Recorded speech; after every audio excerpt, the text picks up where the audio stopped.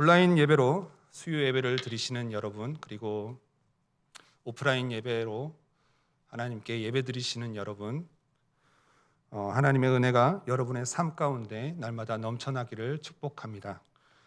개인적으로 오늘은 여러분들이 외식하는 날이라고 생각해 주셨으면 감사하겠습니다. 왜냐하면 훌륭하신 담임 목사님의 말씀과 부사역자님들의 그 말씀이 우리가 매일 먹는 건강식이라면 오늘 제가 나누고자 하는 그 은혜가 어쩌면 간편식일 수 있구나라고 생각해 주시고 편안히 들어주셨으면 감사하겠습니다. 훌륭하신 담임 목사님의 칼럼 중에 꾸미는 사람과 가꾸는 사람이라는 제목의 칼럼이 있습니다. 그 칼럼에서 김겸섭 작가님의 사랑이 위독하다라는 책의 몇 구절을 인용하셨는데요. 꾸미는 사람, 그는 겉으로 드러나는 모양에 치중한다. 가꾸는 사람, 그는 자신만이 볼 수 있는 내면에 집중한다. 담임 목사님께서는 꾸미는 사람은 외모에 목숨을 거는 사람이고, 그리고 가꾸는 사람은 내면에 중심을 두기 때문에 아름다운 사람이다라고 말씀하셨습니다. 우리는 낡아지는 겉모습에 집중하는 것이 아니라 속사람에 집중하면서 내면이 새로워지고 내면이 아름다워져야 되는 사람이 되어야 합니다. 그러므로 꾸미는 사람은 내가 나를 예쁘게 보이기 위해서 나를 집중하는 사람이고, 가꾸는 사람은 내면을 충만하게 채움으로 내가 어떻게 흘려보낼지 아는 사람이라고 말할 수 있을 것입니다. 결과적으로 외모를 꾸미는 사람이 되지 말고 우리 내면이 충만한 사람이 되어야 할 것인데, 오늘 본문에서 하나님은 우리에게 하나님 나라 비유를 통해서 우리의 내면을 은혜로 충만하게 채워주시고 그 은혜 충만함에 자라서 열매 맺는 나무로 성장시켜 주시는 그 하나님의 은혜를 볼 수 있습니다. 오늘 읽지는 않았지만 누가복음 13장 6절에서 우리를 포도원의 무화과 나무처럼 가꾸시겠다라고 말하는 분이 있습니다. 바로 그분이 예수 그리스도이십니다. 예수 그리스도께서 우리를 잘 가꾼 포도원의 무화과 나무처럼 물도 주고 거름도 주어서 잘 성장할 수 있도록 가꾸실 거라고 이야기하셨습니다. 그에 대한 말씀이 13장 6절에서 9절 말씀에 나와 있습니다. 이에 비유로 말씀하시되 한 사람이 포도원에 무화과 나무를 심은 것이 있더니 와서 그 열매를 구하였으나 얻지 못한지라. 포도원 지기에게 이르되 내가 3년을 와서 이 무화과 나무에서 열매를 구하되 얻지 못하니 찍어 버리라. 어찌 땅만 버리겠느냐. 대답하여 이르되 주인이여 금년에도 그대로 두소서. 내가 두릅하고 거름을 줄이니 이후에 만일 열매가 열면 좋거니와 그렇지 않으면 찍어 버리소서 하였다 하시니라. 예수님을 만나기 전에 우리는 열매를 맺지 못하는 사람이었고 입만 무성하고 꽃을 자랑하던 사람들이었죠. 주인이 열매를 찾으러 왔다가 열매가 없는 인생, 그런 땅만 버리는 인생이었는데 우리는 예수님을 만남으로 열매를 맺을 수 있는 인생이 되었습니다. 꽃만 자랑하던 내가 이제는 열매를 자랑할 수 있는 존재로 되어버린 거죠. 우리를 가꾸어 가시는 예수님을 만남으로 우리의 인생이 변화됩니다. 한정적이고 일시적인 육체의 시선에서 영원한 하나님 나라를 바라보는 시선으로 바뀌었습니다. 또 그곳을 소망하게 되었습니다.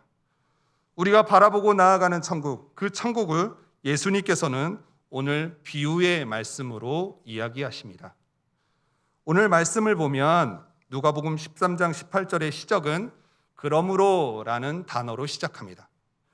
그러므로라는 말은 앞의 이야기와 뒤의 이야기가 이어진다는 말이겠죠.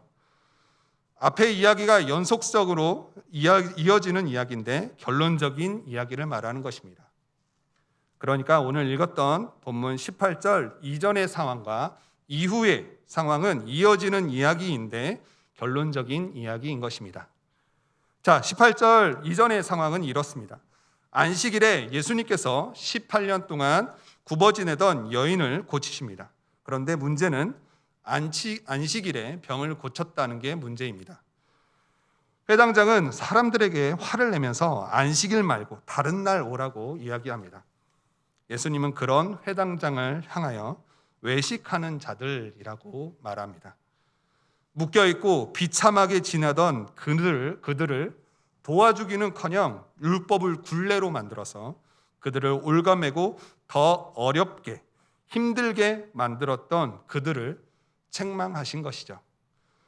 예수님은 그 사건 이후에 바로 천국에 대해서 비유로 말씀하십니다.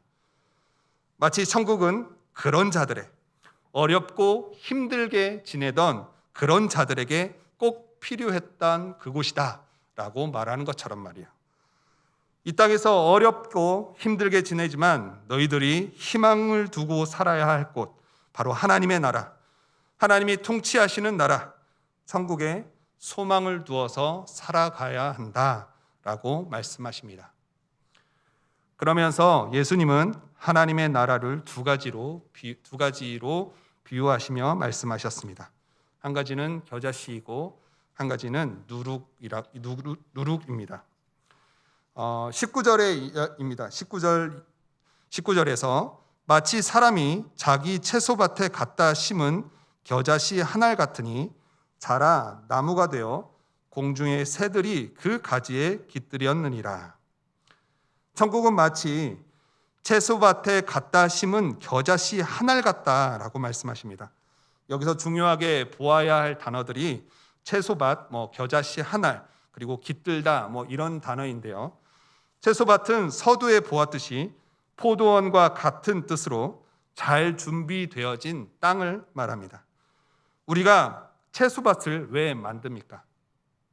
그곳에 고추도 심고 상추씨도 뿌리고 그리고 열무도 심고 배추도 심으려고 밭을 일굽니다. 채소밭을 만들기 위해서 땅을 갈아엎고 비료도 줍니다. 그리고 도랑도 만들어 주어야 채소가 잘 자랄 수 있습니다. 하나님의 나라는 그렇게 잘 준비되어진, 너희들을 위해서 잘 준비되어진 곳이라고 말씀하시는 것입니다. 그렇게 준비되어진 채소밭에 겨자씨를 뿌립니다. 예수님이 천국을 말씀하실 때 여러 가지 단어로 이야기하셨는데 다양한 소재를 이용하셔서 말씀하셨습니다. 씨 뿌리는 농부, 길가, 돌짝밭, 그리고 가시덤불, 무자미한 종, 두 아들, 왕이 베푼 잔치, 이러한 등등등, 이 모두 특별하지 않고 생활과 관련된 우리가 흔히 볼 수 있는 그러한 상황에 그러한 것의 토대로 우리에게 천국에 대해서 말씀하셨습니다. 겨자씨 역시 그렇습니다. 주위에서 흔히 볼 수 있는 너무 특별하지 않는 그러한 소재입니다. 조금 전에도 말씀드렸지만 13장 6절에서 나오는 무화과 나무 역시 그렇습니다. 잘 준비되어진 밭에 잘 준비되어진 포도원에 무화과 나무를 심습니다. 무화과 나무 역시 근동 지방에 그 기후에 잘 자라는 식물이었기 때문에 그렇게 귀하게 보이지 않는 식물입니다. 그런 흔하디 흔한 특별한 나무가 아닌 여러 식물 중에 하나였던 무화과를 심었고 오늘 말씀에서는 겨자씨를 심습니다. 우리가 겨자씨로 알고 있지만 겨자나무는 연노랑 꽃을 가진 일년생 풀입니다. 크게 자라면 3m까지 자란다고 합니다. 보통 1.8m, 성인 남자 허리춤까지 올 수 있는 그러한 키로 자란다고 합니다. 나무라고 말하기는 좀 거시기한 그런 나무입니다. 예수님은 들에 피는 잡초와 같은 흔한 나무, 겨자씨를 채소밭에, 잘 준비되어진 채소밭에 심습니다. 그리고 그 씨를 나무로 성장시키십니다. 누가 보아도 흔한 풀인데 그 씨를 뿌리고 잘 키워서 새들이 와서 쉬어갈 수 있는 곳, 아니 그곳을 깃대어서 살아갈 수 있는 곳으로 만드시겠다라고 말씀하십니다. 그곳이 바로 하나님의 나라라고 말합니다. 예수님의 이러한 비유의 말씀을 들었을 때 사람들은 어떠한 생각을 했을까요? 특별히 묶여있고 비참하게 살았던 그들에게 그 말씀은 어떻게 다가왔을까요? 예수님이 말한 그곳에 내가 들어가야겠구나. 저곳이 내가 가야 할 그곳이구나.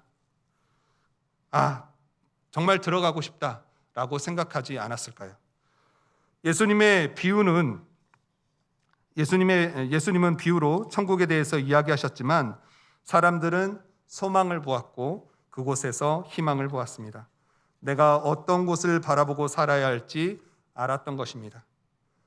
이 세상은 한정적이고 일시적인 것에 삐까뻔쩍하게 보입니다. 그럴듯하게 보이죠. 그게 전부인 것 양 보입니다. 하지만 그때뿐입니다. 꽃은 시들기 마련이고 잎은 떨어지기 마련입니다. 우리가 집중해야 할 곳은 영원한 곳입니다.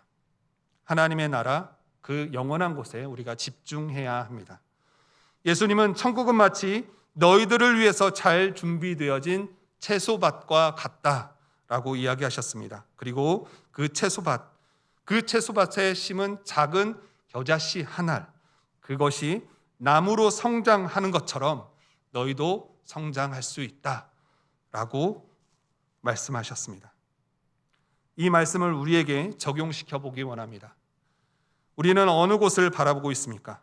우리의 눈은 어느 곳을 향하고 있습니까? 이 세상은 한정적이고 일시적인 것들로 빛나 보이죠. 그럴듯하게 보입니다. 그게 전부인 것처럼 보입니다. 하지만 그때뿐입니다. 우리는 영원한 것에 소망을 두어야 하고 영원한 것들을 바라보아야 하는데 솔직히 그 영원한 것은 잘 보이지 않습니다. 보인다 하더라도 너무 작은 것처럼 보이죠. 선교하고 구제하는 것 솔직히 잘 보이지 않습니다. 전도하는 것 눈에 티나지도 않습니다. 하지만 우리가 꼭 명심해야 할 것이 있습니다. 일시적인 것에 머무는 것이 아니라 영원한 것에 집중해야 한다는 것을요.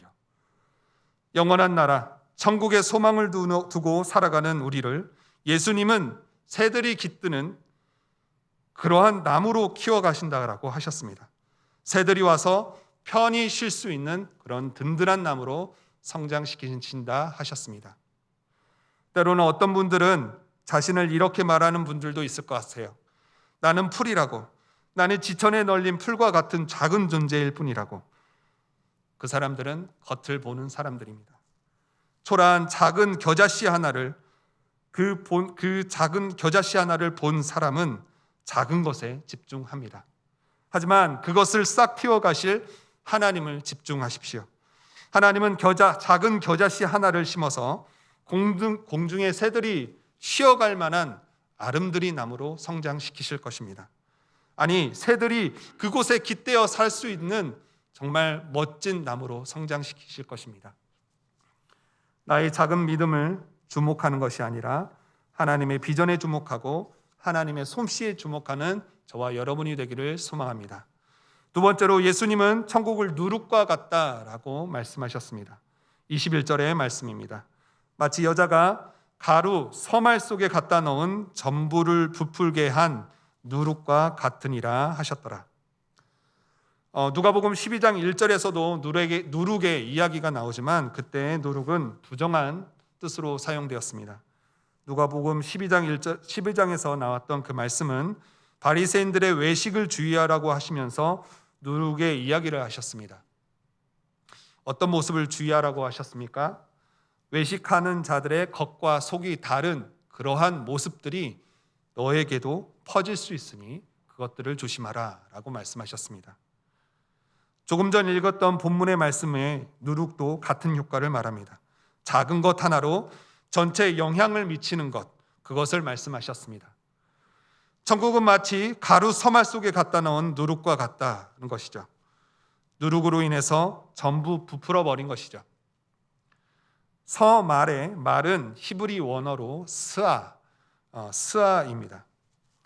1스아는 유대교 전통적인 단위로 3분의 1 에바를 말합니다. 그러니까 서말은 1 에바가 됩니다. 가로 서말은 당시 한 가족의 새끼를 위해서 구할 수 있는 최대의 양을 말합니다. 이 양은 아브라함이 안면도 없었던 나그네 3명을 대접했던 양이니까 결코 작은 양은 아니었습니다. 1에바의 가루가 전부 부풀었다고 이야기합니다. 무엇 때문입니까? 서말 속에 넣은 누룩 때문입니다.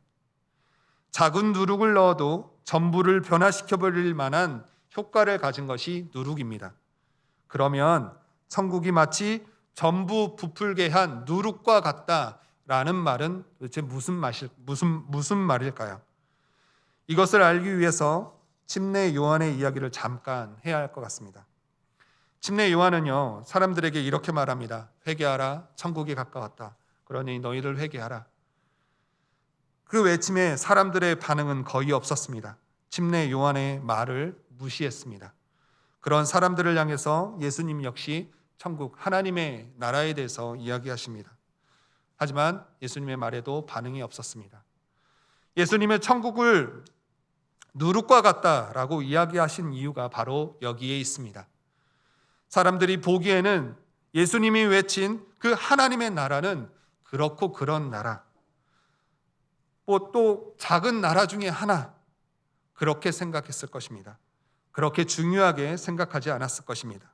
그러나 예수님이 선포한 하나님의 나라는 그들이 생각했던 그것을 전부 바꾸어 버릴 만한 그러한 영향력을 가진 그러한 나라입니다.